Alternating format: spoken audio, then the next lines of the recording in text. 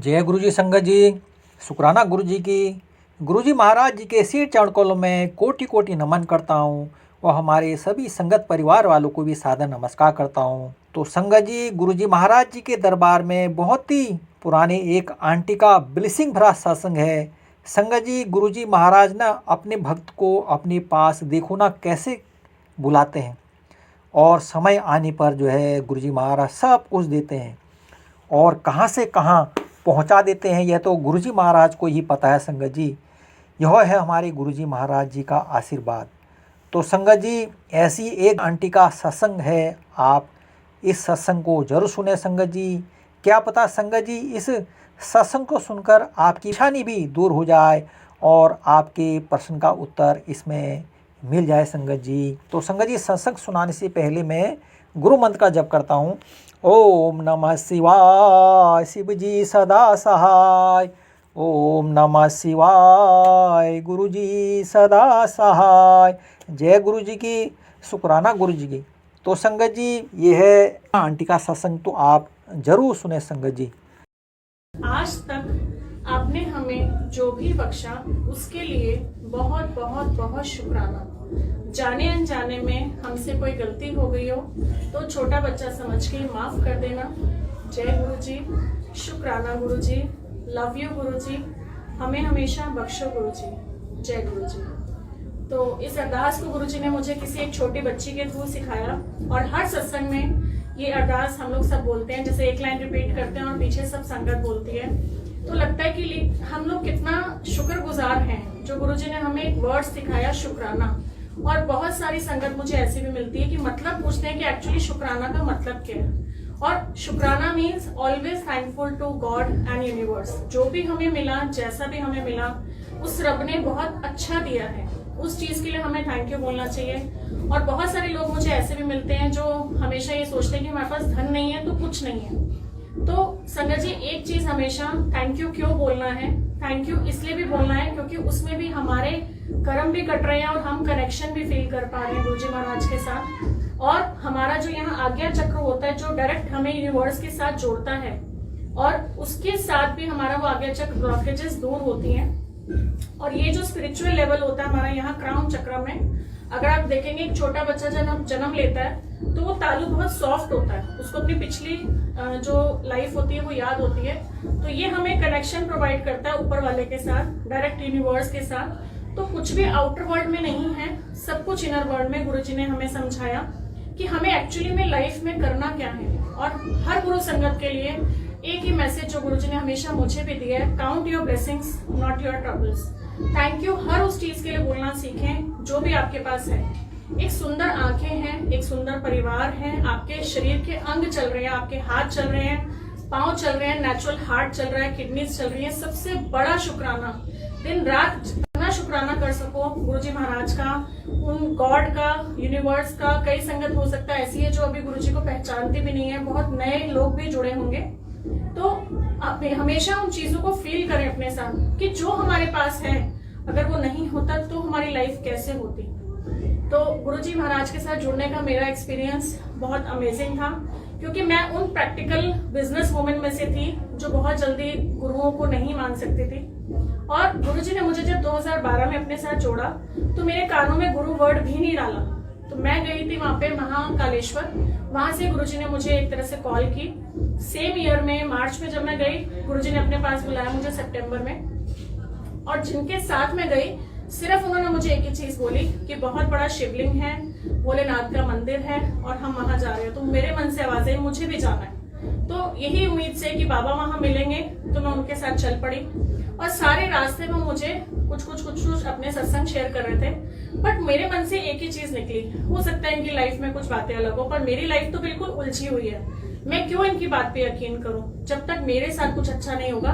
मैं ट्रस्ट करने वालों में से नहीं हूँ। तो जब मैं गुरुजी के मंदिर पहुंची, एक बहुत पॉजिटिव ऑरा मुझे फील हुआ, ऐसा लगा कि स्वर्ग में आ गई हूँ। मन बहुत परेशान था उससे पहले भी, तो लगता था कि बहुत पॉजिटिव ऑरे के साथ मुझे ऐसा लग रहा था कि मैं बहुत रिलैक्स हो गई हूँ।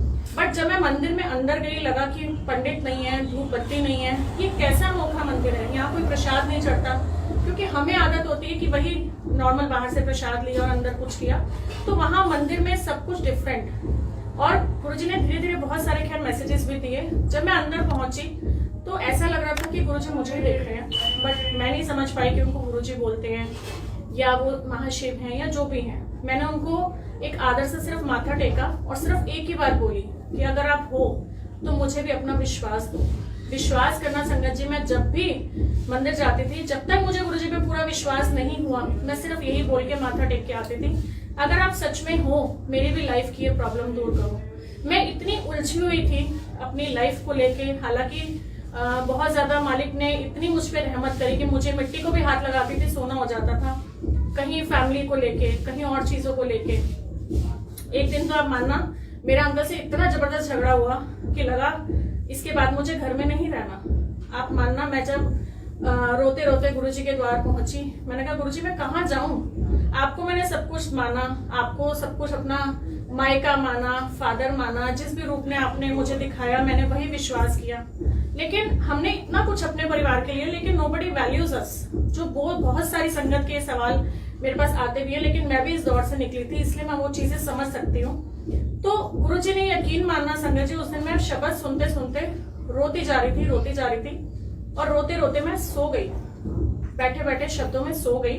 और गुरुजी ने मुझे दिखाया कि उन्होंने मेरे अंकल का ऐसे हाथ पकड़ा हुआ है, सोफे पे बैठे हुए और टेबल के पास गुरुजी खड़े हुए, गुरुजी ने मेरे अंकल का ऐसे हाथ पकड़ा हुआ है। दैट वॉज द मोमेंट जब मैं उठी तो मैं बिल्कुल रिलैक्स थी और कहते ना सब कुछ उनपे छोड़ दिया कि गुरुजी हमारी लाइफ में क्या हो रहा है हमें कुछ नहीं पता, करने वाले सिर्फ आप हो और वाकई वो हर चीज का जवाब देते हैं। जब जब मेरे मन से निकला, फर्स्ट मुझे सेवा मिली संगत जी मंदिर में, पूरा मंदिर साफ करना था। और आप मानो मैंने कभी घर में झाड़ू नहीं लगाई थी, उस दिन गुरुजी ने मंदिर में पूरे झाड़ू लगवाई। और तब तक मुझे गुरुजी पे विश्वास नहीं था, बट ये था कि हाँ मैं रिलीजियस हूँ, मंदिर में सेवा करना मुझे अच्छा लगता था, तो किसी भी मंदिर में झाड़ू की सेवा मिले मुझे लगता है कि आई एम ब्लेस्ड। तो गुरुजी महाराज ने उस दिन मंडे का दिन था, मुझे पूरे मंदिर की सेवा दी और मैं अकेली गई हुई थी घर से। I live in north Delhi और 1-1.5 घंटे का रास्ता है मंदिर का हमारे यहाँ से। मैं इतना थक गई थी उस दिन कि मेरी हड्डियां चूर चूर हो रही थी रात तक। और जब मेरे को वापस आना था तो मैं कह रही हूँ गुरुजी मेरी तो हालत बड़ी खराब हो रही है, मैं क्या करूंगी, मैं कैसे ड्राइव करके घर जाऊंगी। जैसे तैसे गुरुजी का नाम लेके और मैं वापस तो पहुंची, बट सारी रात मेरे मन में सिर्फ एक ही ख्याल था कि मैंने काम तो अच्छा किया तो मुझे पेन क्यों हो रहा है। कहते हैं ना समझ, बच्चों को ये सब रब किसी ना किसी फॉर्म में जवाब देते हैं। और मुझे उसके अगले दिन जैसे ही मैं सुबह उठी तो व्हाट्सएप पे एक मैसेज आया हुआ था और उसमें एक इंसान झाड़ू पकड़ के खड़ा है और गुरुजी ने मुझे क्या मैसेज दिया, पता नहीं सतगुरु ने कितने सालों के कर्म दिनों में काट दिए। मतलब मुझे मेरा जवाब मिला कि मुझे दर्द क्यों हो रही थी। होना सब कुछ है, डेस्टिनी में जो लिखा है, गुरुजी कहते हैं मैं डेस्टिनी नहीं चेंज कर सकता, सिर्फ मैं तुम्हारे कर्म काट सकता हूँ, इसलिए हमें बड़े मंदिर जाना जरूरी है। गुरुजी महाराज के वचन है 95% कर्म तुम्हारे आते ही कट जाते हैं, 5% तुम्हें बेयर करने हैं, वो हमें काटने ही काटने हैं। गुरुजी ने बोली है ये बात कि मैं आपके कर्म कटवा सकता हूँ, मिटा नहीं सकता। तो जो भी आपकी लाइफ में जितनी भी उलझने हैं, सिर्फ एक ही चीज से हमेशा मेरी भी निकली और ये मैसेज हो सकता है आपके लिए भी हो, count your blessings not your troubles. हो सकता है अगर आपके पास ये सॉल्यूशन ना होता कुछ और होता, हो सकता है आप और उलझे होते। आज अगर हमारा कोई एडमिट होता ना हॉस्पिटल में तो हम उसकी वैल्यू भी करते हैं और हम उसको ठीक करने के लिए पैसा हो या ना हो उसके लिए कर्जा उठा के भी हम कहते हैं हे भगवान इसको ठीक करके हमारे बीच वापस ले आओ। आज हम सब गुरुजी की मेहर से ठीक हैं, तो क्या हमने अपनी लाइफ की वैल्यू करी? नहीं करी। एक ही चीज हमेशा सबके मुंह से मैं सुनती हूँ, जितने भी क्लाइंट्स मेरे पास आते हैं, मैं बहुत परेशान हूँ, मेरे हस्बैंड मुझे प्यार नहीं करते, मेरी वाइफ मुझे प्यार नहीं करती, या मेरे फाइनेंशियल इश्यूज चल रहे हैं। तो कहीं ना कहीं हमने ही वो चीजें खुद उलझाई हैं, कहीं ना कहीं चिंगारी लगी, लेकिन हमें जो मिला हमने उसके लिए क्या थैंक यू बोला? नहीं बोला। तो उस रब ने बड़े मंदिर में इतनी ब्लेसिंग्स रखी हैं, जो संगत अभी तक नहीं पहुंच पाई वो आप जरूर पहुंचे। आज जो गुरुजी ने मुझे मैसेज दिया, क्योंकि दरबार आप देख रहे हैं परसों से लगा हुआ है और गुरुजी महाराज की इतनी मेहर है कि गुरुजी तब से आज अमृत वेला भी सुबह करवाया और अपनी मेहर बरसा रहे हैं। लेकिन कहीं ना कहीं संगत मुझे हमेशा पूछती है कि आंटी सत्संग के लिए क्या क्या नियम होते हैं। सबसे पहला नियम आपका भाव।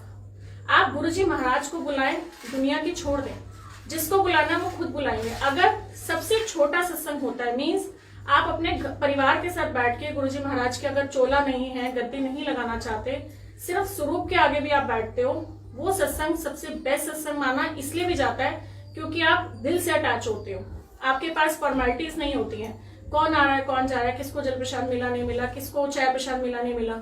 थोड़ा सा कोशिश करें, घर घर गुरुजी ने लॉकडाउन के टाइम पे सत्संग चलाए, किसी के पास छोले नहीं थे, किसी के पास कुछ समझ भी नहीं थी, सिर्फ सिंपल जोत जगा के और बैठने की आदत डाली। आप सत्य का संग अपनी लाइफ में लाएं, झूठ से दूर रहें, अपने परिवार वालों के साथ केयर और हेल्प करना शुरू करें। अपने बच्चों को हम वो संस्कार दें, गुरुजी ने हमें मंत्र जाप दिया है, जो भी आपको तकलीफ में दिखे आप उसकी उस बॉडी को हील कर सकते हैं। ये मैसेज भी मुझे गुरुजी ने दिया, क्योंकि जब मुझे इन पे 100% भरोसा हो गया तो गुरुजी ने मुझे मंत्र जाप, मुझे लगता था वो दुनिया की हर ताकत है, ओम नमः शिवाय, तो मैं गुरुजी का मंत्र जाप जिसके भी कहीं पेन होता था ऐसे हाथ लगा के 7 बार बोल देते थे कि गुरुजी का नंबर 7 और वो ठीक हो जाएगा। और यही चीज गुरुजी ने मुझे बाद में फिर व्हाट्सएप के सत्संग में मैसेज दिया कि मैं अपनी संगत के हाथ में पावर्स दे देता हूँ दूसरों को हील करने की। तो अपनी उन शक्तियों को पहचाने। आपके आसपास हो सकता है कोई ना कोई परेशान हो, बीमार हो, जरूरी नहीं है उसके शरीर के साथ, हो सकता है वो मेंटली ब्लॉक हो सकता है उसके माइंड में कुछ ऐसी दिक्कतें चल रही हो जिससे वो फ्रस्ट्रेट हो रहा हो, कहीं ना कहीं डिप्रेशन में जा रहा हो। तो हम संगत को गुरुजी ने इसीलिए किरणें दी, हर संगत को जिनको भी गुरुजी पे भरोसा है कि आप वो किरणें दूसरों की लाइफ में लाएं। यही मुझे मैसेज मिला, यही मेरी लाइफ का मोटिव है। संगत जी मैं 100 साल गुरुजी से मांगती हूँ अपनी जिंदगी के कि मुझे वो हेल्दी 100 साल दें ताकि मैं लोगों की सेवा कर सकूं। आप मेरे प्रोफाइल पे जाएंगे तो आपको वो सेवा दिखेगी भी। पहले मैं फेसबुक पे शेयर नहीं करती थी क्योंकि गुरुजी ने मीडिया से दूर रहने के लिए बोला था, मैं उन चीजों को फॉलो कर रही थी। लेकिन जब लॉकडाउन हुआ, सब चीजें ओपन हुई, तो ऐसे ही लंगर सेवा भी खुलनी शुरू हुई, तो लोगों को पता लगा कि एक्चुअल में सेवा क्या है। लोग देना नहीं चाहते और अपने लिए सब कुछ मांगते हैं, ऐसा क्यों? तो सच में अगर आपको लगता है कि आपको रब ने इतना कुछ दिया है जो आप किसी के साथ शेयर नहीं कर रहे हो, तो प्लीज संगत जी किसी को 1 गिलास चाय पिलाना शुरू करें। हो सकता है आपके आसपास ऐसा कोई जीव हो जिसको कोई बोरी दे दीजिए, हो सकता है कोई डॉग हो, कोई गाय हो, कोई ऐसा जीव हो जिसको जरूरत हो सेवा की।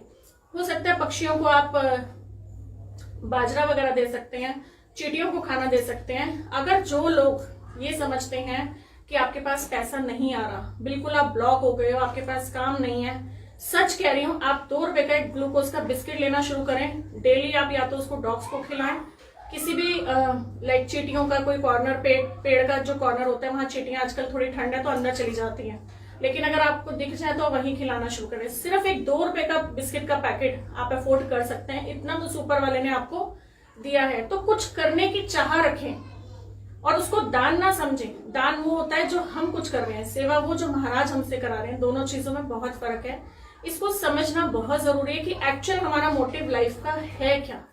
उस सेवा से जब रब ने, मैं नेक्स्ट सत्संग आंटी से बोलूंगी जब शेयर कराया, बहुत लंबा सत्संग है, इन शॉर्ट करके बता देती हूँ। जब फर्स्ट टाइम गुरुजी ने मुझे ये सेवा बख्शी तो 31 मई को, जैसे गुरुजी का महासमाधि होता है, 2015 की बात बता रही हूँ मैं आपको। तो उस टाइम हमारे यहाँ अमृत वेला हुआ था जिसमें कि हमने वो बनाए थे, ब्रेड टोस्ट बनाए थे। तो जब टोस्ट बनाते हैं तो उसके किनारे हम लोग नॉर्मली नहीं रखते, तो मैंने भी वो काट के साइड किए और इतना बड़ा जो हमारा डस्टबिन बैग होता है वो ब्रेड के किनारों से भर गया था। तो नॉर्मली भी मैं उसको फेंकती नहीं हूँ, तो मैंने क्या किया, ब्रेड रोल जैसे हम बनाते हैं उसकी टिक्कियां बना के, और वो सोचा कि नेक्स्ट डे जब बारिश आई 1 जून को कि भी ये कहीं दे देते हैं। तो मेरे घर के पास टीबी हॉस्पिटल पड़ता है, ऐसे मन में आया, कोई सेवादार नहीं थे, कुछ नहीं थे, कोई इतना महत्व मुझे भी सेवा का नहीं पता था।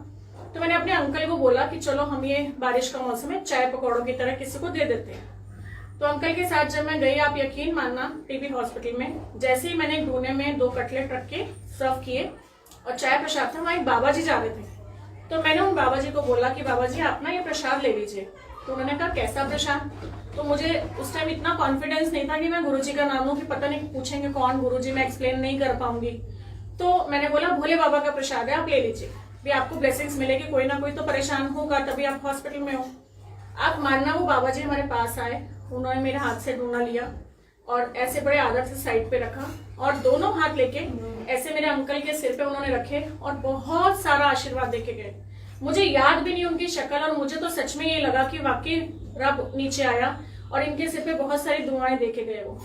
तो वो जो सीन था ना, वो मैं आज तक अपनी सेवा का नहीं भुला पाती कि गुरुजी ने मुझे किस लायक बनाया कि मैं किसी के लिए कुछ कर पाई। और इसी तरीके से ना गुरुजी ने मुझे जोड़ा वृंदावन से। हमारे वहां पे एक पास में आंटी, जबकि मैं वृंदावन कभी भी नहीं जाती थी, और वो आंटी ने बोला, सुधा तुम गुरुजी के बहुत जाती हो, चलो ठाकुर जी के भी चलो। तो मुझे लगता है रब तो सब हमारे अंदर ही है, सिर्फ नाम अलग अलग है। ना गुरुजी ने कभी बोला कि आप गुरुजी को मानते हैं तो आप किसी गुरु और को नहीं मानेंगे या किसी भगवान को नहीं मानेंगे, क्योंकि इनके अंदर सब रूप मुझे दिखे। तो मैंने कहा ठीक है आंटी, मैं भी चलूंगी। तो जब हम वृंदावन गए, उन्होंने रास्ते में बहुत सारा सामान ले रखा था। बंदरों के लिए रोटियां थी, और साथ में जो भी उनके चने वगैरह थे, चींटियों का खाना था। और जब वो लोग दे रहे थे तो उन्होंने मुझे भी आगे किया कि तुम भी दो। तो ऐसे शुरू हुई वो चींटी सेवा और बंदर सेवा और गाय के लिए रोटी की सेवा। तो जब मैं उनको खिला रही थी ना, तो मुझे ऐसा लग रहा था मेरी आंखों से सिर्फ आंसू आ रहे थे। और मैं कह रही थी मेरी लाइफ में इतनी उलझने मैंने समझी, तो क्या इन हाथों से मैं किसी के लिए कुछ कर भी सकती हूँ। That was a proud moment, जो मुझे लगा कि मुझे जीना है, जो कि मैं जीना नहीं चाहती थी।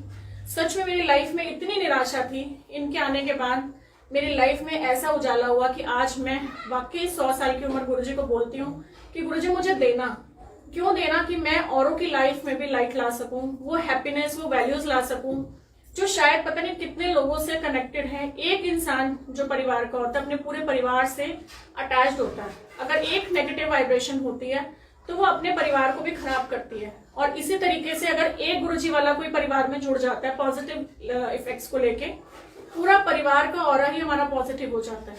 तो ये गुरुजी महाराज की कृपा समझ लो कि उन्होंने मुझे पॉजिटिव किया, और इसी तरीके से धीरे धीरे वो मुझे अपने पास लेके चले आते गए। और मैं खुद भी नहीं समझ पाई कि कब गुरुजी ने मुझे एक ब्लेसिंग चैनल का मैसेज दिया। जब बीच में एक दिन मैं मेडिटेशन कर रही थी तो बाबा ने मुझे कैलाश पर्वत दर्शन दिए। बहुत शुक्राना गुरुजी महाराज का। और उस दिन मैं बहुत गले लग के बाबा को रोई, और मैंने कहा बाबा मैं बहुत परेशान हूँ, कुछ उलझने मेरी लाइफ में ऐसी चल रही थी उस टाइम। तो बाबा ने मुझे सिर्फ एक ही मैसेज दिया कि तू एक ब्लेसिंग चैनल है, अपनी ब्लेसिंग्स को फैला, बाकी सब छोड़ दे।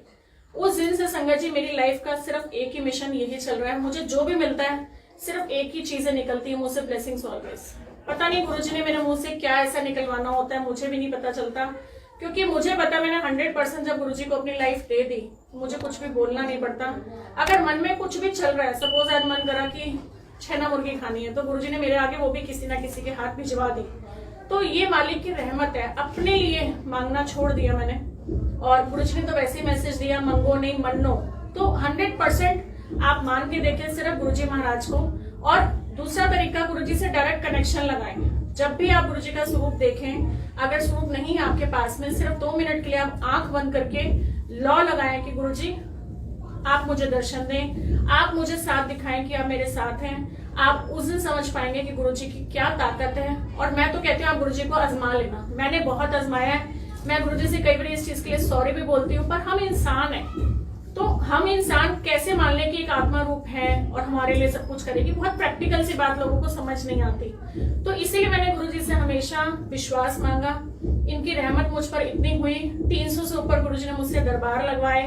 मैं तो खुद कहती हूँ गुरुजी मैं इस लायक नहीं हूँ जितना आपने मुझे दिया है। और अपनी लाइफ को मैं इतना ब्लेस फील करती हूँ कि मैं किसी के लिए कुछ कर पाती हूँ, और किसी के जीवन में लाइट लाना, ये इनका मैसेज मेरे लिए। और इसके अलावा मैं यही कहना चाहूंगी कि गुरुजी को सिर्फ और सिर्फ 2 ही चीजों से हम पा सकते हैं। सबसे पहले डायरेक्ट कनेक्शन, दूसरी चीज 100% सरेंडर। आपको कोई भी माध्यम की जरूरत नहीं है, ना आप मुझे ढूंढे ना आप किसी और को ढूंढे, कि आपको कहीं ना कहीं ये जरूरत लगे कि हाँ अब हमें कौन रास्ता दिखाएगा। और जहां तक सत्संग की बात है, सिंपल स्वरूप रख के आप जोत जगाएं, जो खा रहे हो भगवान को भाव से आप भोग लगाएं। बस इतना ही गुरुजी महाराज का मैसेज है। वैसे ही प्रॉपर जो पूरा सत्संग का थोड़ा सा नियम होता है वो मैं नेक्स्ट सत्संग में शेयर करूंगी आपसे, तो आप उसको थोड़ा सा समझ के चलना, क्योंकि कुछ नियम पालन वैसे भी होते हैं कि अगर आप प्रॉपर गति लगा रहे हैं तो आप घर में फिर ताला नहीं लगाएंगे जब तक आप गुरुजी को विराजित करते हैं। तो वो छोटे छोटे नियम और हैं। अगर मैं अभी फिर बोलती रहूंगी तो कहीं ना कहीं और आधा घंटा ले लूंगी, क्योंकि जब गुरुजी मेरी चाबी घुमाते हैं फिर मैं चुप नहीं करती हूँ। गुरुजी महाराज का कि उन्होंने मुझे मौका दिया कि मैं किसी के लिए कुछ कर सकूं। और सिर्फ गुरुजी से यही कहूंगी, गुरुजी सर्वत का भला करो। हमारे अंदर जो आपने एक जोत जगाई है, हमें अपने बच्चे समझ के हम आपका हाथ छोड़ देंगे, लेकिन आप हमारा हाथ कभी मत छोड़ना। क्योंकि गुरुजी महाराज हमारे सिर पे ऐसे हैं जैसे वो छतरी लेके खड़े हैं और बारिश बहुत तेज हो रही है।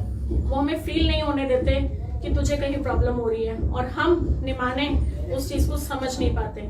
मेरे को हर चीज गुरुजी ने ना स्टोरीज में शेयर की है। हमेशा मेरे दिल में कुछ भी चल रहा होता है जो मैं किसी से शेयर नहीं कर पाती, कोई ना कोई व्हाट्सएप पे स्टोरीज आती है, मुझे स्टोरीज बहुत अच्छी लगती है, उसके थ्रू मुझे मैसेजेस मिलते हैं। तो ऐसे एक बार शुरू में मैसेज मिला कि एक इंसान बहुत ज्यादा मानता था भगवान को, तो एक दिन उसने बोला कि सच में अगर आप मेरे साथ हो ना तो मैं रेत पे चलूंगा, तो आप मुझे महसूस कराना।